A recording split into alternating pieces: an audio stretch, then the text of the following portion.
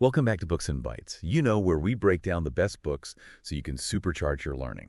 Absolutely. Today we're going to be taking a deep dive into The Anxious Generation by Jonathan Haidt. So it's this fascinating look at why anxiety and mental health issues are increasing in young people. It's interesting because Haidt doesn't just dismiss this as kids these days being dramatic. Right. He really digs into the data and shows that there's a real epidemic of anxiety and depression happening. So he's saying it's not just a phase or Yeah. a trend. It's actually statistically proven. Exactly. And it's been getting worse for years. Okay, so the epidemic is real, but what's causing it? Haidt seems to point a finger at a few culprits, starting with social media. I mean, we all knew it was addictive, but he's suggesting it's causing deeper harm than we realized. One of the things that he talks about is how social media kind of creates this constant comparison game. Yeah. Where you're scrolling through these perfectly curated lives and photos, and it creates this impossible standard. Yeah, like a highlight reel. Exactly. And so that leaves a lot of young people feeling inadequate.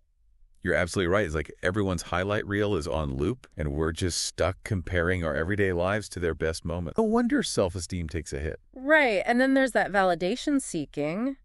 You're constantly chasing likes, followers, comments. Yeah. And it becomes like a drug. And you're constantly chasing that next hit of dopamine, external approval that never seems to be enough. So social media is one piece of the puzzle, but Haidt also talks about helicopter parenting. Yes. This idea that by trying to protect our kids from every danger, Right. we might actually be doing more harm than good. This is where it gets really interesting. Yeah. Because if you think about it, by shielding kids from every bump in the road, we're preventing them from developing the coping skills and resilience that they need to face real-world challenges. So we're setting them up for failure almost. It's almost like we're setting them up for failure by trying to protect them too much. So it's kind of counterintuitive. Yeah. And then this ties into the concept of safetyism that Haidt discusses. It's this idea that we're trying to protect young people from any kind of emotional harm, but we're actually making them more fragile in the process. Exactly. So how does he support that?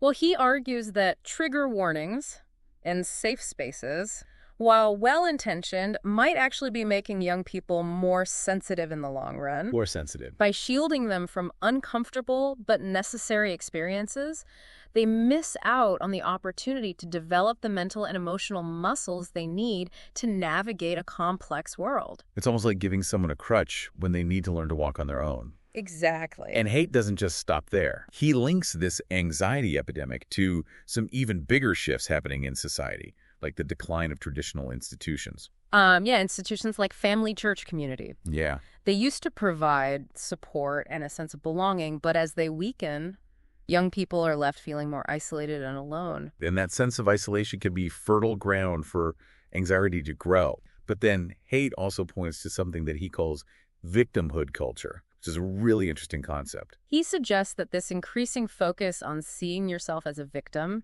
can fuel anxiety and a sense of powerlessness. Right. It's not about denying real struggles, but Haidt argues that if you constantly feel like you're being wrong, it can be hard to feel in control of your own life. So it's about finding that balance between acknowledging challenges Right. and empowering people to take ownership of their lives. Absolutely. Now, before we move on, there's another aspect of Haidt's argument that I found particularly thought-provoking.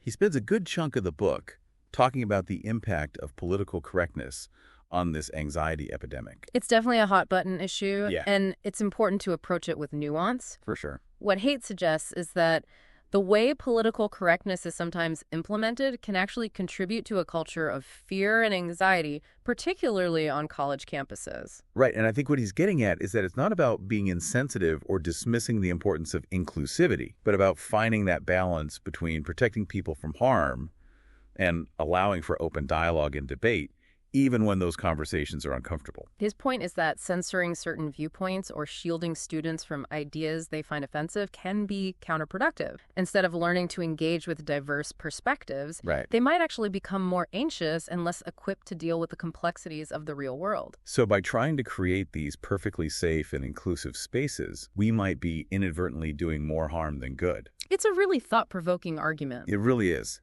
And it pushes us to think critically about free speech censorship and how we prepare young people for a world full of different perspectives. Okay, so we've covered some pretty heavy stuff in this first part of our deep dive. Yeah.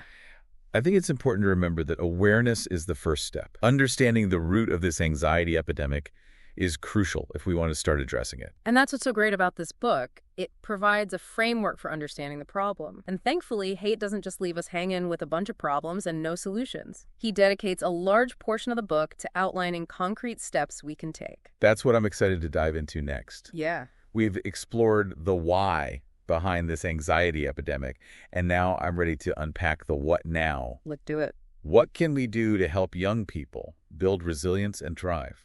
Well, let's take a quick break, and when we come back, Okay. we'll delve into Haidt's solutions Okay. and explore how we can start creating a healthier, more supportive environment for young people. Sounds good. We'll be back in a flash. So welcome back to our deep dive into the anxious generation. Before the break, we were talking about some pretty heady stuff, like this alarming rise in anxiety and depression among young people and, all these factors contributing to it. But thankfully, Haidt doesn't just leave us there. Yeah, he gives us some answers. He does. So we've explored the why, and now I'm ready to unpack the what now. What can we do to actually help young people build that resilience and thrive in this world? Yeah. And Haidt does offer some solutions. And he starts by advocating for encouraging independence and risk-taking in kids. Yeah, and that's where, his insights get really practical because he argues that we've become so fixated on safety and shielding kids from every possible harm Right. that we're actually preventing them from developing the essential skills that they need to navigate life's challenges.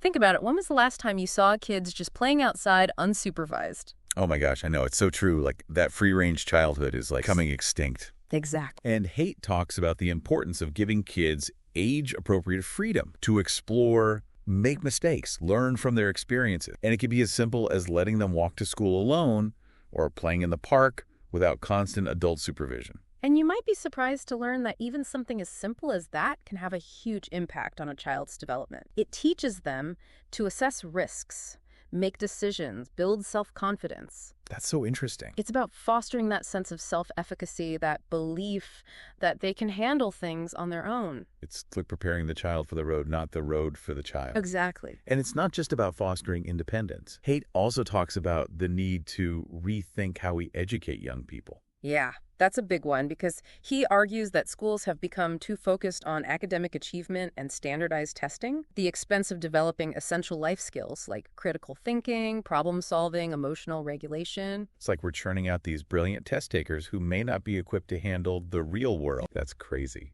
Haidt is a proponent of a more holistic approach to education, one that emphasizes not just knowledge acquisition, but also the development of character resilience and social emotional intelligence. So less rote memorization and more hands-on learning. More hands-on learning, more opportunities for collaboration and problem solving. Yeah, I love that. Getting their hands dirty.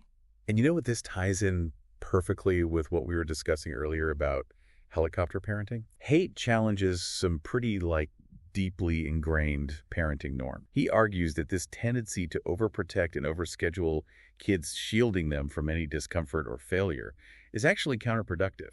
And instead of trying to create a perfectly smooth path for our children, he suggests that we should loosen the reins a bit. Right, because it's tough because as parents, we want what's best for our kid, but sometimes our good intentions can backfire. And so by creating this anxiety-inducing environment where kids feel like they always have to be perfect. Right. They never learn to cope with setbacks and disappointments. Which are inevitable parts of life. Exactly. It's about finding that delicate balance between support and independence, between being there for your kids when they need you and trusting them to navigate their own challenges and develop their own resilience.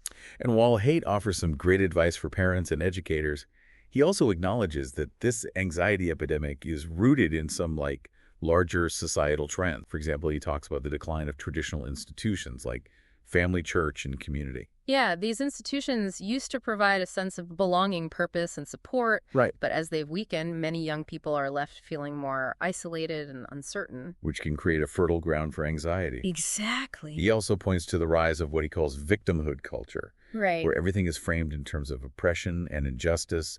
And again, it's not about denying that real injustices exist. But Haidt suggests that this constant focus on victimhood can make people feel more powerless and anxious.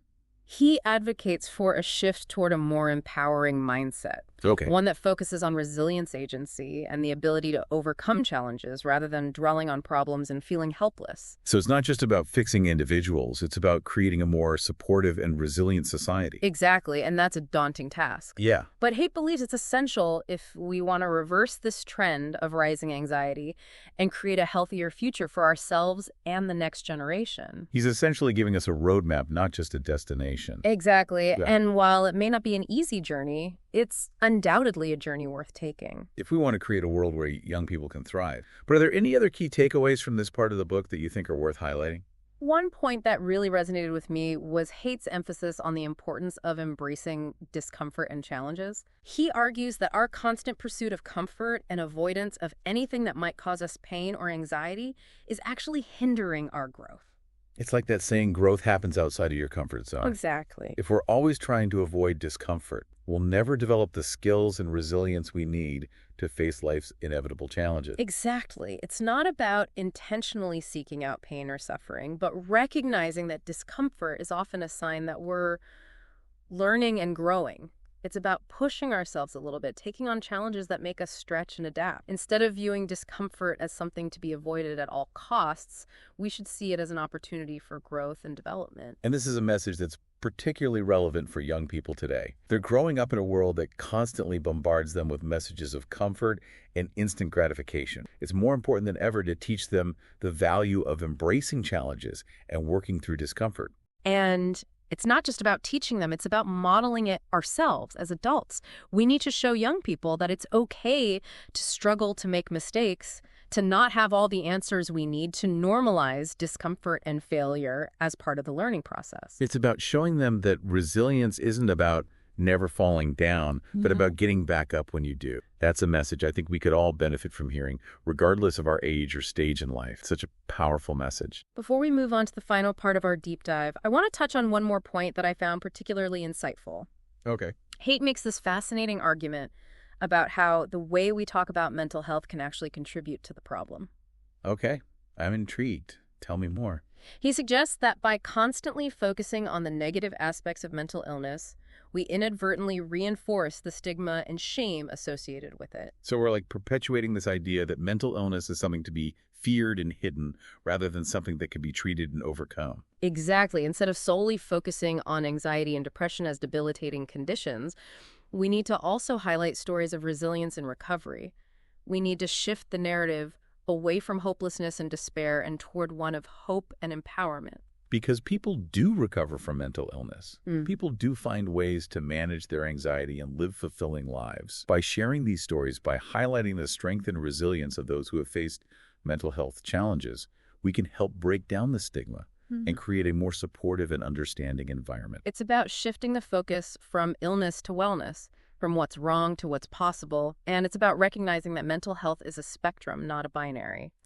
We all experience ups and downs, and it's okay to not be okay sometimes. Yeah, that's such an important message. It's about normalizing the conversation around mental health and creating a culture where people feel comfortable seeking help when they need it without feeling ashamed or judged. It's about recognizing that mental health is just as important as physical health, and we need to treat it with the same care and attention. Yeah. These are complex issues with no quick fixes. But what's so valuable about the anxious generation is that it provides us with a framework for understanding the problem and starting to address it in a meaningful way. It's giving us a roadmap to a healthier, more resilient future for young people. There's still one more piece of the puzzle we need to discuss. Okay. And that's technology. Yeah. Right. It's funny because technology offers incredible opportunities for connection and learning. Yeah. But Haidt doesn't shy away from highlighting the potential downsides, For sure. particularly for young people whose brains are still developing. Right. He says that this hyper-connected, always-on digital world can be a little bit detrimental to our well-being. When you think about it, it makes sense, right? We're constantly bombarded with information, notifications, comparisons. It's like our brains never get a break from all the stimulation. Exactly. And it's not just the quantity of information, it's the quality. So this constant stimulation can lead to chronic stress and anxiety. It can also make it really difficult to focus and be present in the moment and connect with other people in meaningful ways. Right. It's like we're more connected than ever before, but are we really connecting? Exactly. Like we're always on, we're always plugged in, but never fully present. So what's the solution? Are we all just destined to be like slaves to our devices? Well, Haidt's not advocating for a complete digital detox. Okay. Because that wouldn't really be realistic for most people. Yeah. So instead, he encourages us to be more mindful of our technology use. What does that look like? Like, think about setting boundaries, limiting screen time, and being more intentional about when and how you use technology. So like reclaiming control. Instead of letting technology dictate your life, you make choices about how and when to engage with it. Exactly, but it's not just about individual choices. Okay. Haidt also points to the need for, like, broader societal changes. Like what? Think regulations on social media algorithms or greater emphasis on digital literacy in education. I see what you're saying. So it's about empowering young people to be conscious consumers of technology rather than just passive recipients. Exactly. We need to teach them how to navigate the digital world safely and responsibly, critically evaluate information and protect their mental health in this online environment. And parents can play a huge role here. How so? Well, think about the example that you set in your own home. Uh-huh. Are you constantly on your phone? Yeah, that's a good point. Do you have designated screen-free times? Because these are all things that young people observe and internalize. You're right. It's about creating a culture in the home where technology is used mindfully and intentionally rather than as a constant distraction or escape. Exactly. And honestly, that's something we could all benefit from, not just young people. Absolutely.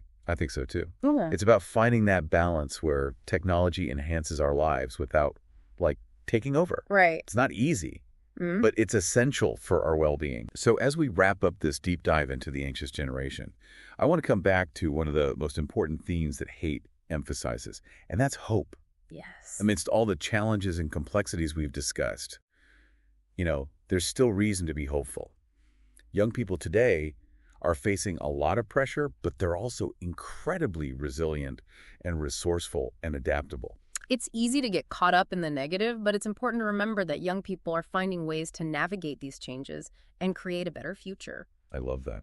It's inspiring to see their creativity, their passion, and their commitment to making a difference. It's our job as adults to support them, Yeah. guide them, and create those conditions where they can thrive, listen to their concerns, empower them with tools, and just foster that sense of hope and possibility. The anxious generation is like a call to action for all of us. It is. It's a reminder that we have a collective responsibility to create a world where young people can flourish. Yeah. A world that's more just equitable and supportive. It's a challenging task, but it's one that we can't afford to ignore.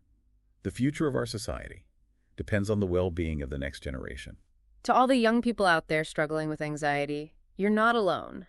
There is help available, there is hope, and there's a whole community of people who want to see you succeed. Yes, and to all the parents, educators, policymakers who are working tirelessly to support the next generation, keep up the amazing work. You're making a difference.